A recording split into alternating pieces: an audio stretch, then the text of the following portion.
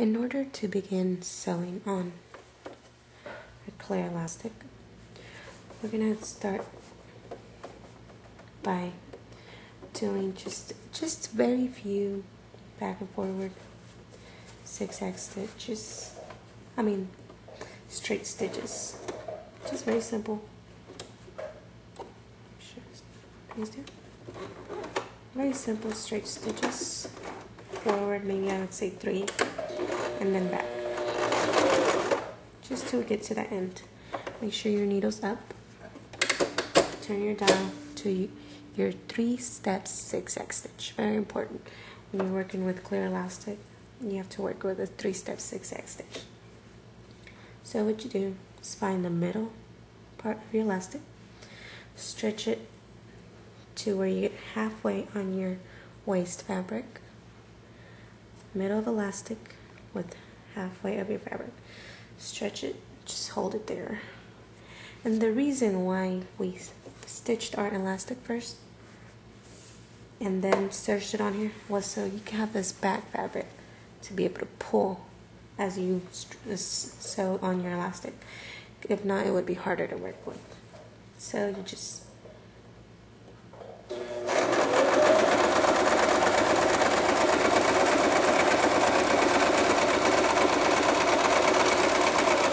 once you get to the middle, you stop. Grab the end of your elastic and pull again, all the way to the end. This is a little tricky. That's why you have to have that back fabric to pull on. Grab the back, pull on it, pull this taut, and keep sewing.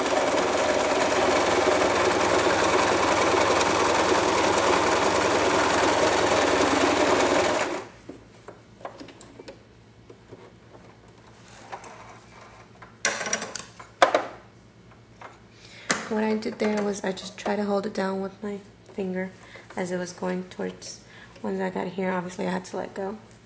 And as you see here, we have our clear elastic sewed on in a zigzag stitch, and it creates this little elasticy part for our legs. And you're just going to keep doing that. That's why we had to draw on those lines, so that once you start sewing your next one, because once this one's already ruffled in there, it's going to be a little harder to work with getting a straight line. That's why you use that line you drew on as a guide. Again, just pull down. Oops.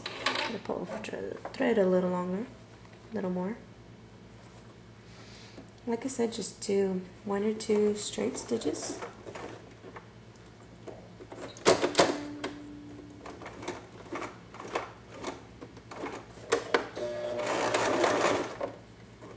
And then go back to your 3-step zigzag stitch. Again, find the middle, pull it, and now you're going to have to pull this fabric to find the middle of your fabric. You have to pull this elastic edge to find your middle. And here comes the tricky part, holding it, because this other side will go back. And then just pull it, try to keep it lined up with your pencil marking there. Like I said, tricky.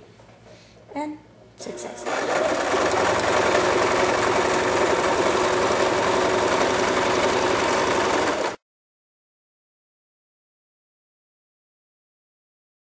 Now we're going to go with the task of creating a seam allowance around the edge of our fabric. We will be sewing real close to the edge, not too close, but kind of close to the edge.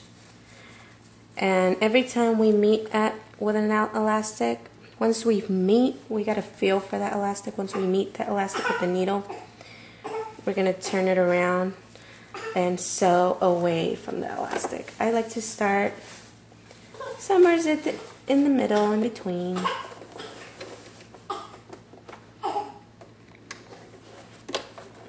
Okay, here we go.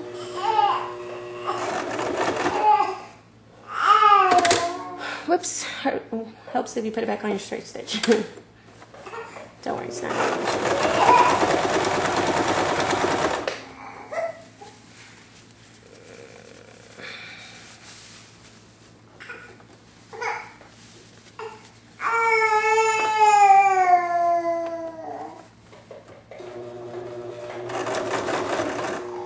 And if we remember from when we were attaching our elastic, our top elastic here near the waist, it's right near the waistband. So once you feel that elastic with your needle, leave your needle down, lift your presser foot, and then sew about a quarter inch away from the edge this way. I could feel the elastic with my needle there. Just to where we get away from the elastic, and then go back around. Straighten out your fabric, straighten out your elastic. There we go. It's a little hard. And then just straight stitch again.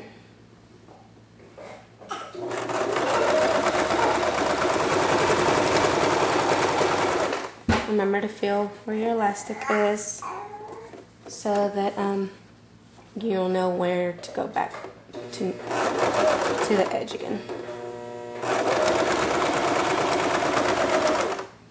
I felt the elastic there, so to slow stitches, then raise your presser foot, making sure the needle's down, and straight stitch back near to the edge. You'll feel the elastic with the needle. And go back, put on your fabric again.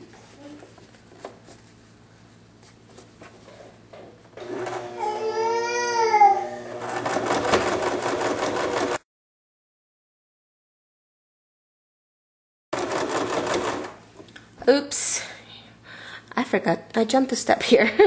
Sorry guys.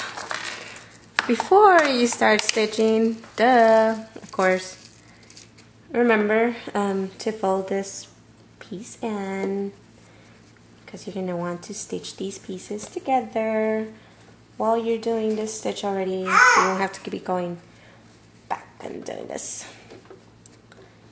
I'm just going to fold it, do it by hand.